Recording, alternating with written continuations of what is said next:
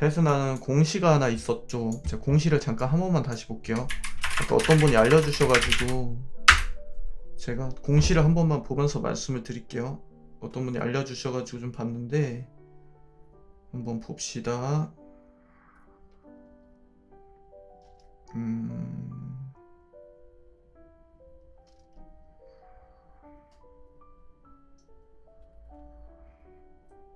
잠깐만요.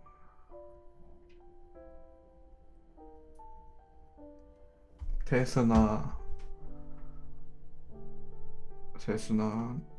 한번 볼게요.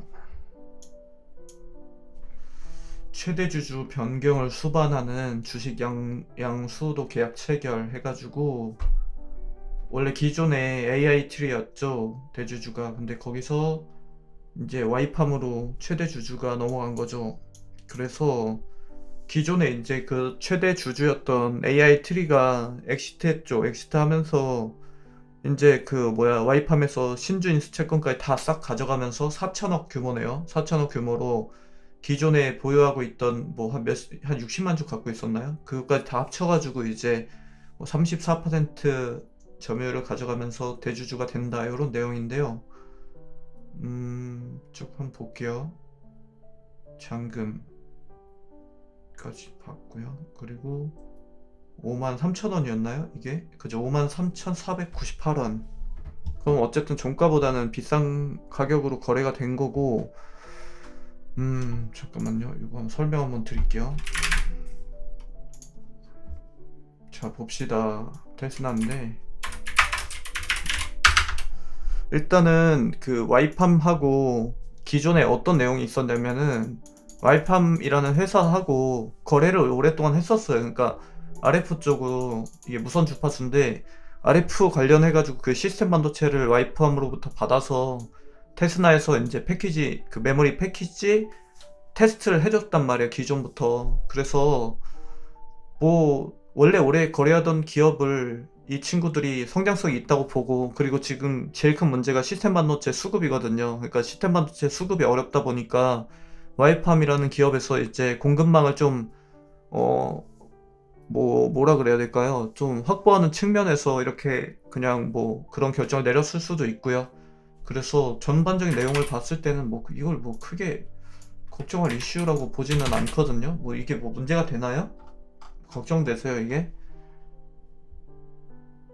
뭐가 걱정인지 전 잘 모르겠네요. 그냥 걱정이라고 한다면 뭐 하나 있겠죠. 그냥 53,000원에 거래했잖아요. 근데 53,000원이라는 거는 보통은 이런 식으로 경영권이 넘어갈 때는 프리미엄을 좀 받기는 해요. 통상적으로 10에서 20% 정도 프리미엄 붙여서 팔긴 하는데, 근데 53,000원 정도면 뭐 나쁘지 않은데요? 괜찮은데?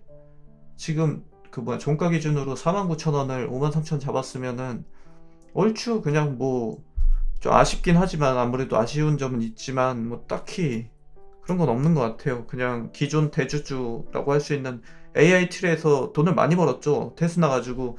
이 친구 보면은 지금 월봉상에서 보면은 흐름이 좋아요. 그냥 계속 좋았어요. 한 번도 흐름을 깬 적이 없어요, 이 기업은. 지금 보이시나요? 과거 1, 2, 3, 4, 5년 정도 기준으로 봤을 때 이 기업은 생명선을 단 한 번도 이탈하지 않고 쭉 왔던 기업이고, 그냥 좋습니다. 주봉상의 흐름도 좋을 거예요. 그죠? 굉장히 이상적인 차트를 그리고 있고, 이 61선이 저는 생명선이라고 봤거든요. 주봉상의 61선을 단 한 번도 깬 적이 없어요. 주봉상의 61선을 터치하면은 매번 반등을 주면서 장기간 계속 왔던 기업이고, 뭐 딱히 뭐 저는 이걸 가지고 뭐 걱정을 해야 되는지는 잘 모르겠네요. 그래서 이제 뭐 그 시의 단일가가 좀 빠졌죠. 한 2% 정도 하락 나왔는데, 이제 그 일반 통상적으로 이제 얘기하는 것들이 그거죠. 와이팜이라는 회사 자체가 좀 뭐라 그래야 됩니까? 좀 재무가 그렇게 건전하지 못하고 좀 채무가 많으니까, 그래서 이제 그런 친구들이 대주주가 되게 되면 뭐 어떤 현상이 나중에 벌어질지 모른다, 막 이런 이제 우려감이잖아요. 근데 글쎄요, 딱히 뭐 그건 잘 모르겠어요. 그리고 이게 정확한 공시가 나왔나요? 이 와이팜 혼자 단독으로 들어가나요? 이 이제 자본금을 끌어와야 될 거잖아요. 4천억이라는 돈을. 근데 거기서 이제 아마 지분 투자로 해가지고 혼자 이거를 하진 못할 건데요. 또 그게 주체가 누가 될지 그것도 지켜봐야지 아는 거고, 이걸 가지고 전 잘 모르겠네요. 이렇게 하나하나 모든 일에 다 그 반응을 하게 되면은 너무 힘들죠. 그래서 뭐 전 딱히 뭐 잘 모르겠어요. 그거 왜 우려가 그렇게 큰지 잘 모르겠고, 이거 설명 조금만 드릴게요. 제가 좀만 드릴게요. 자, 보세요. 테슬라 같은 경우는요, 제가 어제인가 설명드리지 않았나? 어제 했죠. 삼성전자에서 지금 CIS 쪽, 어제 맞죠? 카메라 이미지 센서가 지금 주력이고, 삼전에서 지금 가장 공들이고 있는 핵심 사업 분야예요. 그래서 앞으로 이쪽으로 점유율이 굉장히 높아질 거란 말이죠. 글로벌 증시에서. 근데 테슬라 같은 경우는 CIS가 주력이에요, 또. 카메라 이미지 센서 테스터가 주력입니다. 그리고 삼전이랑 같이 하죠. 그래서 그쪽으로는 이제 테스트 사업 분야에서 1위 기업이거든요. 그 여전히 이제 칩 수요도 좋고, 그리고 증설을 지금 2년 동안 거의 2천억 넘게 했는데, 이제 3천억이죠. 3천억 가까이 했는데도 가동률이 그 50%대에서 출발해서 지금 70%대거든요. 그러니까 증설을 해서 회사의 파이가 이만큼이나 커졌는데 공장 가동률이 더 늘어나고 있다고요. 그리고 이게 뭘 의미하겠습니까? 그죠?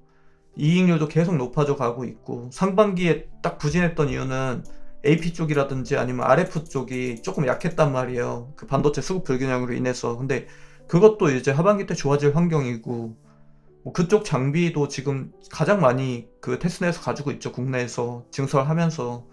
그래서 문제가 될 게 뭔지 잘 모르겠어요. 이쪽 그 후공정 기업들은요, 이 친구뿐이 아니라 이 모든 후공정 기업들은 앞으로 삼성전자의 시스템 반도체 성장하고 그냥 같이 따라간다고 생각하시면 돼요. 오늘 그 미국에서 반도체 회의가 하나 있었죠.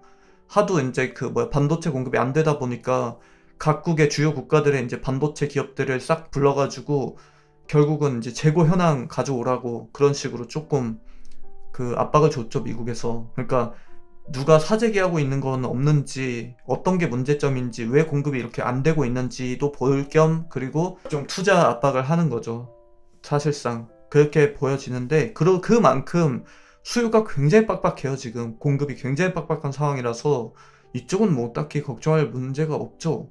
그래서 테스트 업체들이 기존에 보여줬듯이 지금 전 세계가 전부 다 시스템 반도체 부족, 그 기근에 엄청 시달리고 있어요. 차량용 반도체 그 각광을 받기 시작하면서 그 이후부터 쭉 지속되고 있는데, 그래서 앞으로 이쪽은 그 외형 성장을 보여줄 가능성이 굉장히 높아요. 가동률도 대부분 견조하고, 그 가뜩이나 부족했는데 오스틴 공장이 이제 한파로 정전이 됐었죠, 올해. 그러면서 공급이 더욱 이제 부족해지면서 그 전반기 때 이익이 조금 저조했는데, 그거는 그 단기적인 그 천재지변이잖아요. 그 공장 가동 중단이라는 천재지변 지진이었잖아요. 그러니까 그거를 의미 있게 볼 필요는 없죠. 그래서 점차 좋아질 환경이라고 보고 있고, 특히 그 삼전의 CIS 점유율 상승 국면에서 혜택을 크게 받을 겁니다, 아마. 그래서 이쪽 그 스마트폰 쪽은 앞으로 고화질 전쟁이 될 거거든요, 누가 봐도. 근데 삼성전자가 유리하죠. 지금 유리한 입장이 있죠. 중국이나 뭐 대만 기업에 비해서 훨씬 유리한 입장이고, 차량용 이미지 센서 쪽으로도 지금 일본의 소니가 1위인데, 소니와의 격차가 지금 어떻게 줄어들고 있냐면, 소니가 이거면 삼전이 이렇게 쫓아가고 있어요, 지금. 둘 간에 이제 1위 싸움이 격차를 계속해서 좁혀가고 있기 때문에, 이렇게 되면 또 결국은 나중에는 그 테스트 기업들, 이런 기업들이 이제 다 수혜를 받게 되는 거죠. 대표적인 기업이 요거고요. 그래서 이쪽 그 차량용 이미지 센서 쪽 같은 경우는 제가 예상하기로 3년 이내로 2배 이상 시장 규모가 커질 겁니다. 네, 그렇게 보고 있어요. 그래서 아니 뭐 이걸 가지고 좀 딱히 걱정해야 되는지는 잘 모르겠네요.